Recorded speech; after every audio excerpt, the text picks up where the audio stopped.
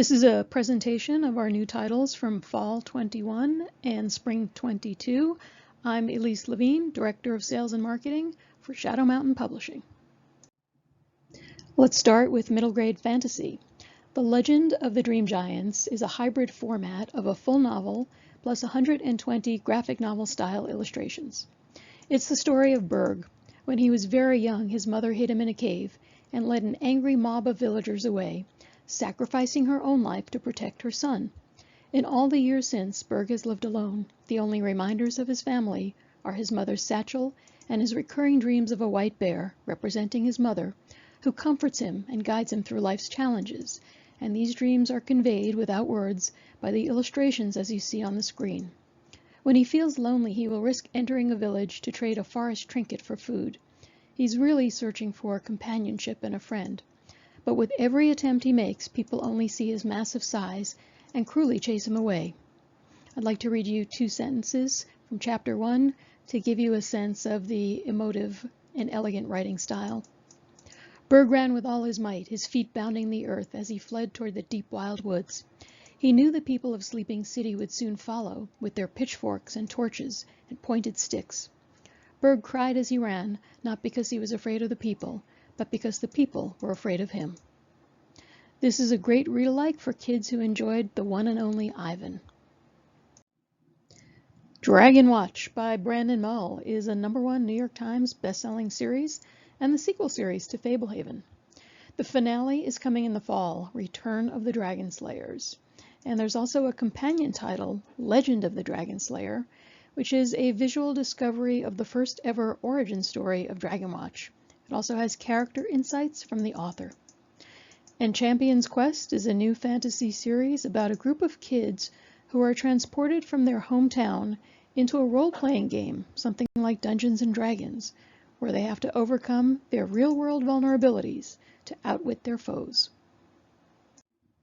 This is a young reader's adaptation of The Rent Collector by Cameron Wright, a best-selling title which is very popular with book clubs and community-wide reading programs.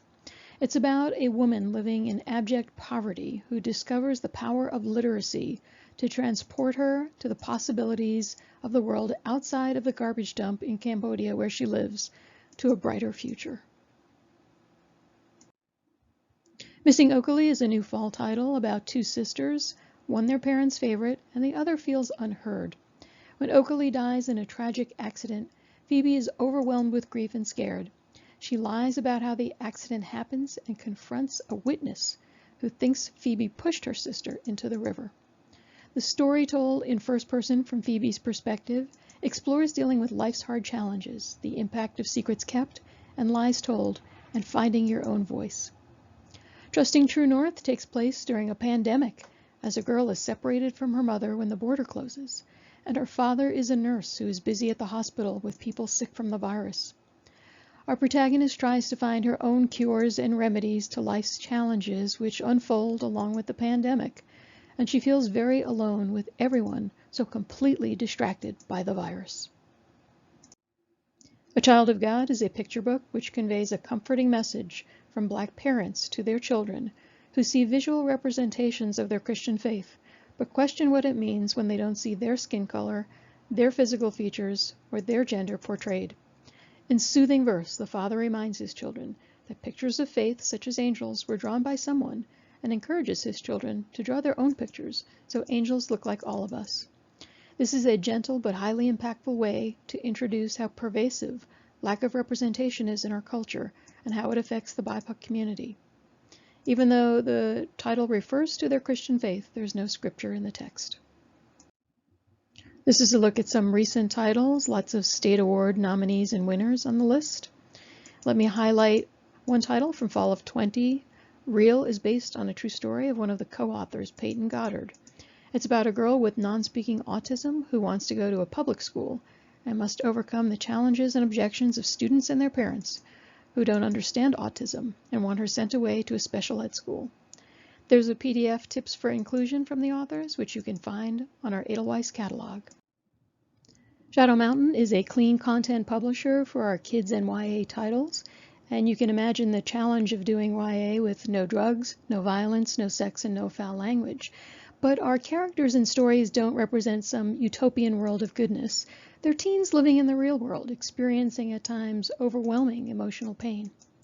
Paul Big and Small shows the drastic consequences of bullying as a school grapples with the suicide of a kid who was a bully, and it's told from the perspective of his victim. Waiting for Fits is an Own Voices story and features a cast of teens living in a psych ward with a spectrum of mental health challenges, trying to figure out who they are and how they can fit in when society labels them and constantly judges them as being different and being damaged. What the other three don't know is about 4 teens, each playing a stereotypical role in high school, but each harboring a secret.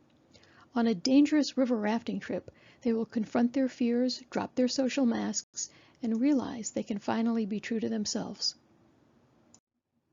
Moving on to historical fiction, these titles are especially relevant in our troubled times as ordinary citizens in these books face the challenges of their generation.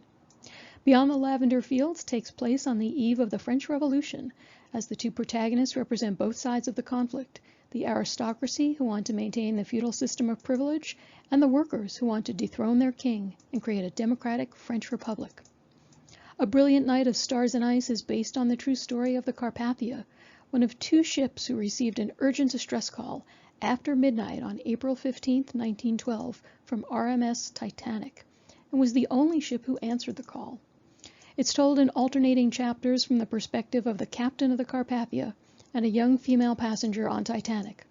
This is a thrilling and awe-inspiring story, which paints a portrait of fear and despair from the Titanic survivors, waiting in the freezing waters, uncertain if any rescue would come, and a heroic and compassionate leader, his methodical preparations for rescue, and his determination to act honorably and selflessly to save lives and care for the survivors. Just out from Heather B. Moore, The Slow March of Light is a 1961 Cold War drama about an American spy undercover in East Germany and a West German woman who joins a spy network to help smuggle East Germans to democratic West Germany and freedom. This author, Heather B. Moore, is particularly adroit in conveying the horrible, oppressive East German police state and the emotions of citizens willing to risk their lives and take desperate actions for themselves and others for a chance at freedom in the West. The Paper Daughters of Chinatown is new in paperback in the fall. It's a story of Chinese women who were tricked into coming to America, thinking they would wed wealthy husbands, but instead unscrupulous gangs beat them and drugged them into lives of despair and prostitution in San Francisco in the 19th century. Local authorities were either corrupt or turned a blind eye, but Donaldina Cameron and other social justice activists took matters into their own hands to free these women and get them legal status in America.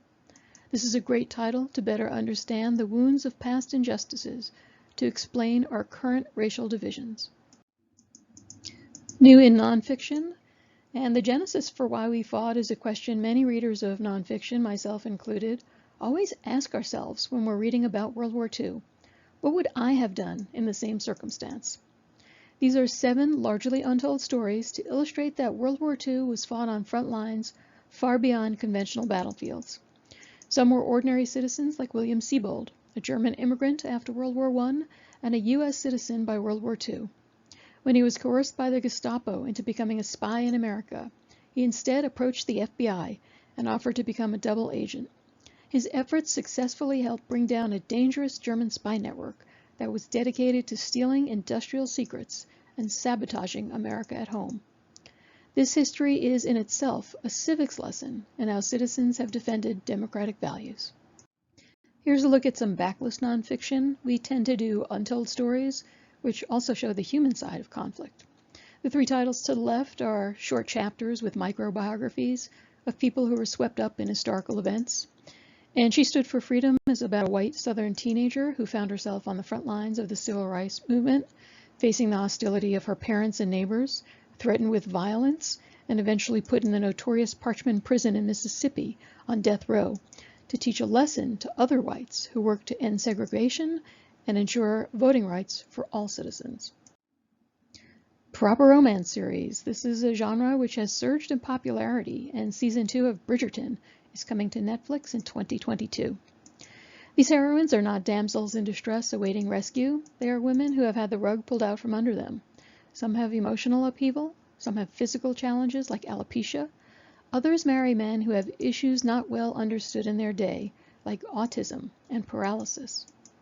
Their journey is first the search for self-acceptance, and then the search for true and unconditional love. Our most popular series are Proper Romance Victorian, and debuting in spring 22 is the first title in Proper Romance Edwardian era, where we leave the corseted world of Queen Victoria as we enter the 20th century and exciting inventions like the petrol motor car, which gave women a taste of freedom which would have scandalized their mothers. Our proper romance titles are clean content, so they are suitable for all ages. They are not bonnet romances. There's no inspirational content at all. There's all the longing, passion, and desire you'd want in romance, but there's no onstage sex. Our authors are doing virtual author appearances, and there's a link on Edelweiss for each author, which takes you to an online form to make the request.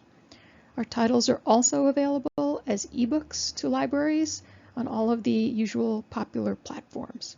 Thank you.